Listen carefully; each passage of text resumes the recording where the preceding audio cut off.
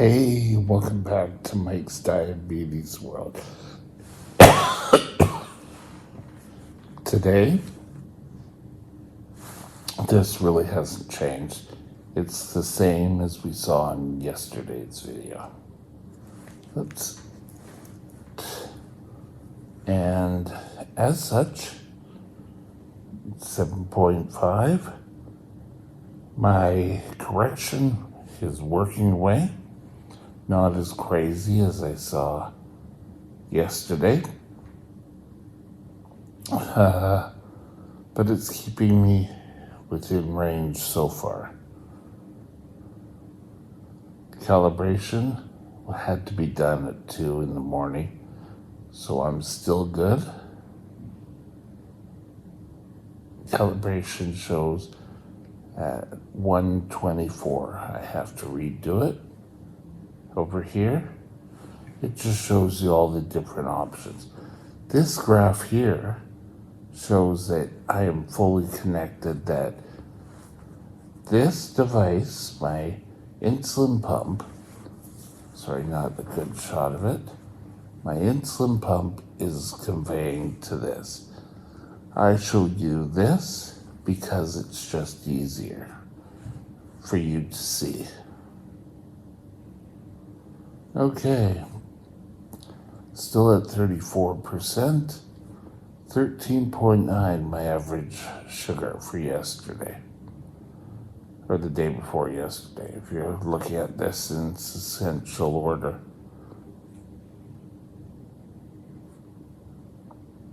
So, what are we going to talk to you today about? I'm going to talk to you my life as a type 1 diabetic and what I believe lies ahead for me. Pretty ominous, isn't it, Mike? No, it's not ominous at all. Stay tuned.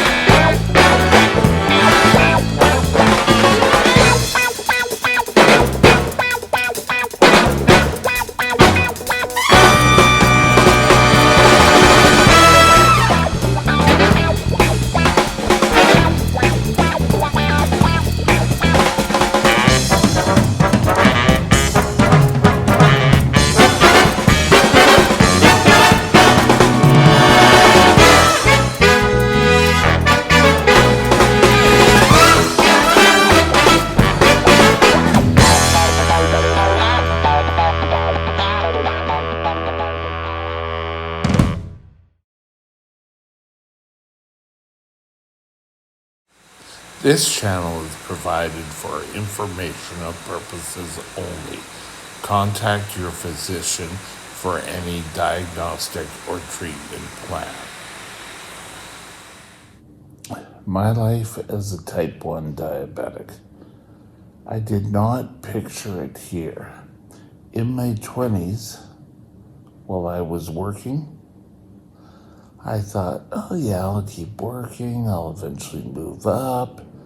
And I did move up. I did have those few years of good careers. But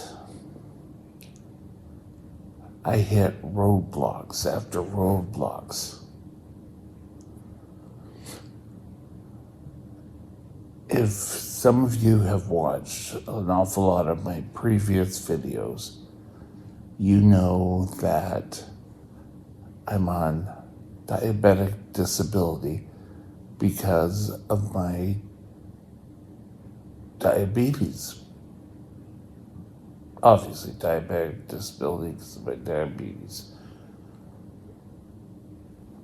which is sort of last resort. I could not hold down a job because my blood sugars are all over the place. And we've got them under semi control. But like yesterday, I still go up to over 22.2.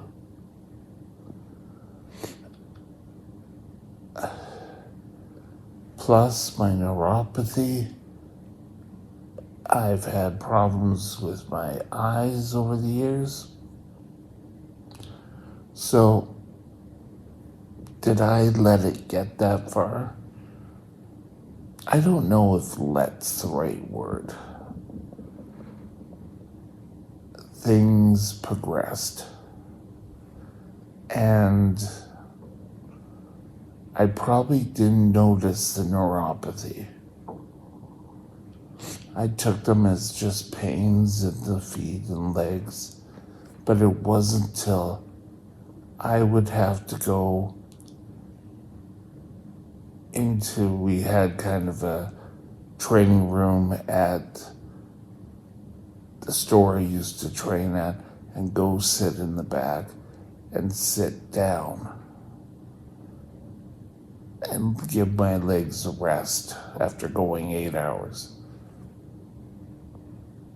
And then maybe 2 hours later, I could go home.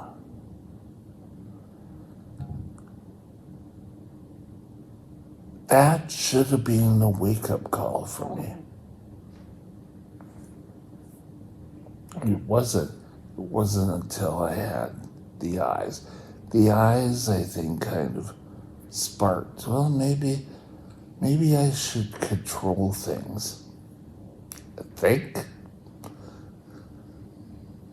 Me now, and I'm sure we've all done this, I want to go back and slap my younger diabetic self. Wake up, smell the coffee. For any teenage diabetic who thinks they know it all and just goes off on their own, yeah, I can go out party, I can do this, I can do that. Wake up. You don't know what damage you're doing now.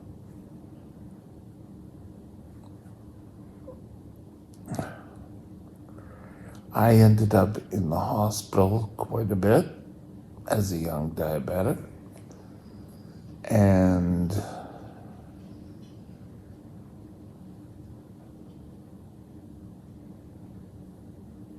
I ate crap. I worked at a convenience store. Come on, guys. Now, I wouldn't necessarily do that. But we have to ensure younger diabetics realize that. But it would be nice to say, yes, let's bring them in, let's tell them the honest truth and show them scary pictures and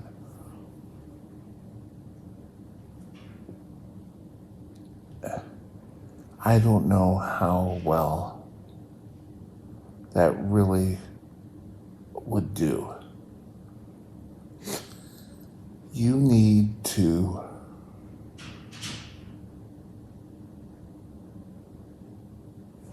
instill this in a young diabetic, whether it be son, daughter, husband, wife, that it's important for them to take care of themselves. But one of the big things I know is it does no good to tell them, why aren't you just do it. Maybe take a look and say, why are you not controlling your blood sugars?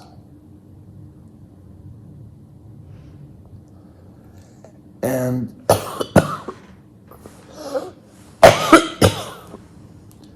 allowing your body to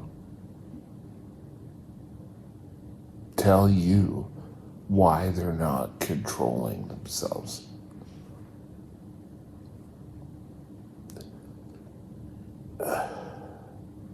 But I could almost picture, because I don't know.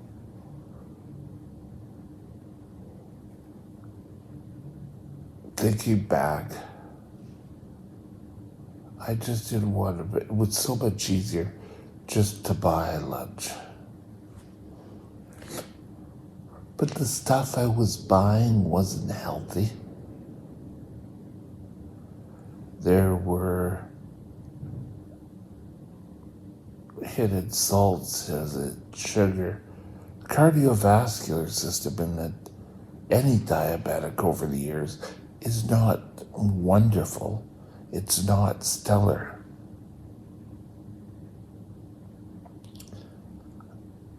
I drank Coke for many years, and then I tried to lessen it down to Diet Pepsi. I thought, oh, they're better. Now I drink a lot more water, but I also have my sweet times too. The Mio juices and the Kool-Aid drops are a lot better, and you can have the strength. And SodaStream can be pretty much just the same crap, different bottles. So I do blood sugar. I try to do it 4 times a day at least. If my alarm goes off and it says low, I double check it. I eat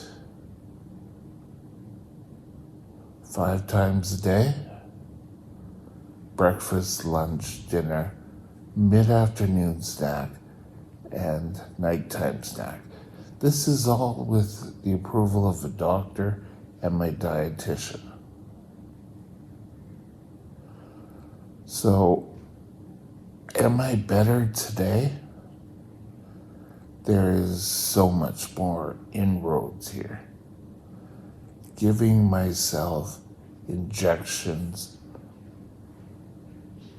isn't. So 5 times a day I eat. Sorry, I had the morning nurse come in. So we want to ensure. Why?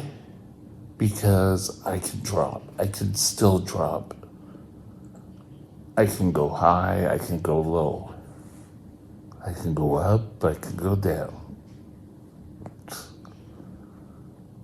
There was a song like that, wasn't there? So, yesterday, from 6 till 9, I was super high.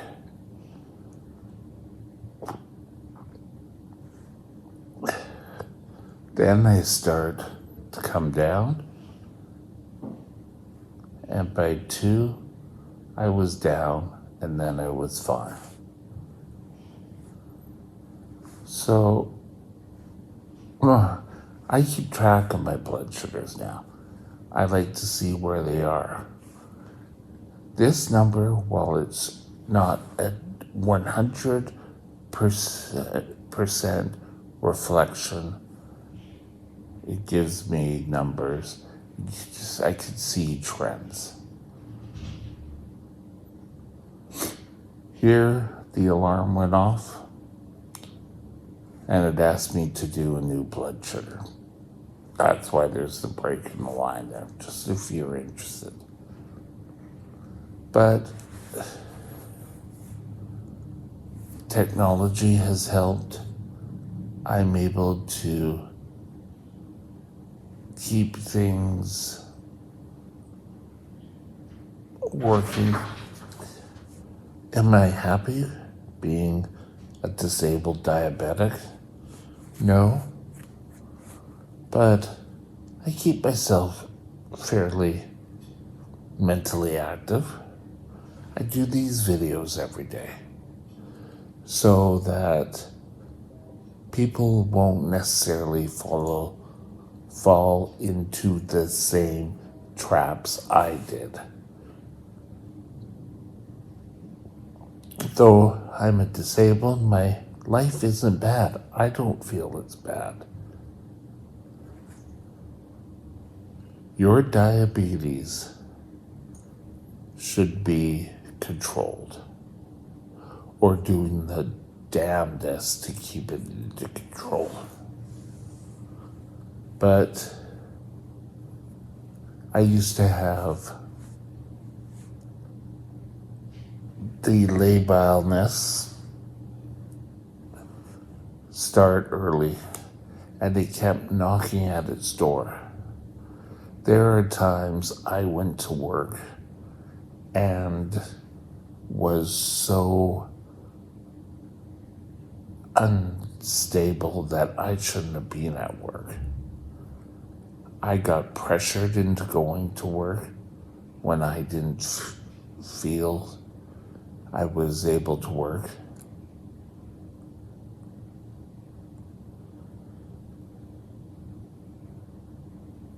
And I don't know how I did it.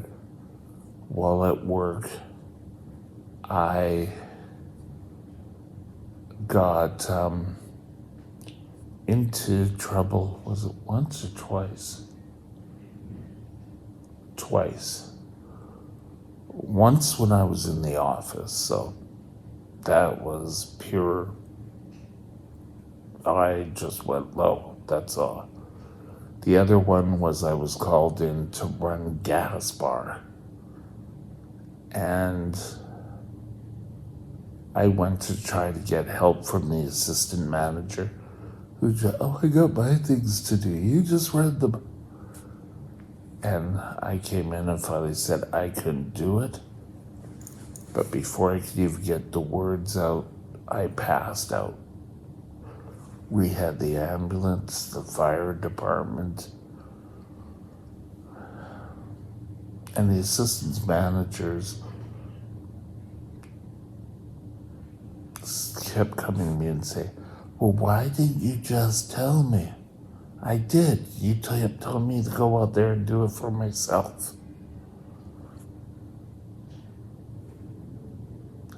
So, don't be pressured. If you're a young diabetic entering the workforce, don't blow off your sick days. If you're sick, take them. If you're able to work.